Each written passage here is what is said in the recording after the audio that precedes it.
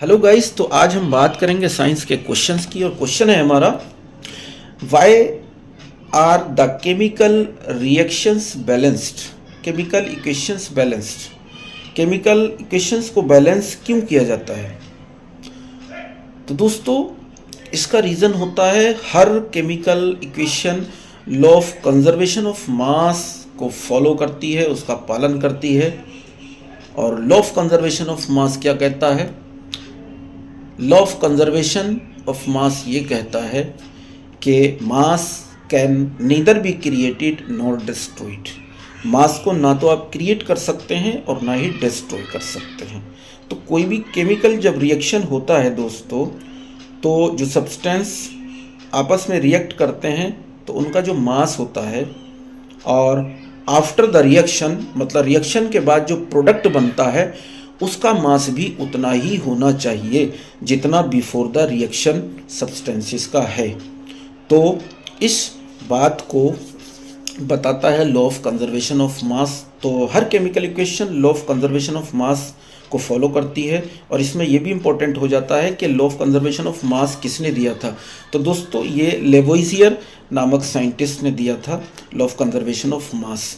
तो हर chemical equation दोस्तों law of conservation of mass को फॉलो करती है। इसीलिए हर केमिकल इक्वेशन में मास of the reactant and mass of the product जो होता है वो इक्वल होता है। और जब इक्वेशन अनबैलेंस्ड होती है तो हम उसको both side number of atom, reactant side और प्रोडक्ट साइड, जो नंबर ऑफ एटम होते हैं उनको इक्वल कर लेते हैं, जिसकी वजह से जो मास होता है वो दोस्तों इक्वल हो जाता है। इसीलिए हम बैलेंसिंग करते हैं इक्वेशंस की।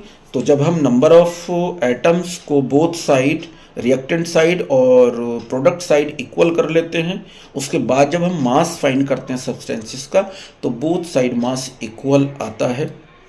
तो इट इज़ मस्ट दोस्तों। जैसे एक मैं एग्ज़ाम्पल लेता हूँ। जैसे आपका एग्ज़ाम्पल है, जब कार्बन को बर्न किया जाता है तो CO2 गैस बनती है, कार्बन प्लस O2। तो कार्बन, किसी भी चीज़ को बर्न करने का मतलब होता है कि वो चीज़ ऑक्सीजन से रिएक्ट कर रही है।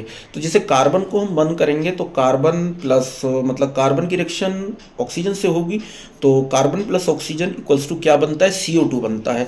अब देखिए, सबसे पहले देखिए क्या इक्वेशन आपकी बैलेंस है। तो रिएक्टेंट साइड देखिए, कार्बन प्लस O2 मतलब कार्बन का एक एटम, और प्रोडक्ट साइड भी CO2 मतलब कार्बन का एक एटम, और रिएक्टेंट साइड O2 मतलब ऑक्सीजन के दो एटम, और प्रोडक्ट साइड CO2 मतलब ऑक्सीजन के दो एटम। तो हमारी इक्वेशन जो है वो बैलेंस है। मतलब number of atom carbon and oxygen both side are same. अब इसका अगर आप मास फाइंड करेंगे, रिएक्टेंट का mass of the reactant and mass of the product, तो आपको इक्वल मिलेगा। तो C का जो एटॉमिक मास होता है दोस्तों वो 12 होता है, 12 ग्राम प्लस, और ऑक्सीजन का जो एटॉमिक मास होता है वो 16। तो यहाँ दो एटम है ऑक्सीजन के, तो 16 दूनी 32, तो 12 32 आपका हो जाता है 44 ग्राम। अब प्रोडक्ट साइड देखिए आप क्या होता है। प्रोडक्ट साइड में आपका CO2 होता है ना दोस्तों, CO2। तो कार्बन का 12 प्लस ऑक्सीजन का 16 दूनी 32, तो 12 32 44। तो मास of the reactant and mass of the product is equal. तो अगर ऐसा होता है तो हमारी केमिकल इक्वेशन जो होती है वो बैलेंस्ड होती है और एकदम राइट होती है।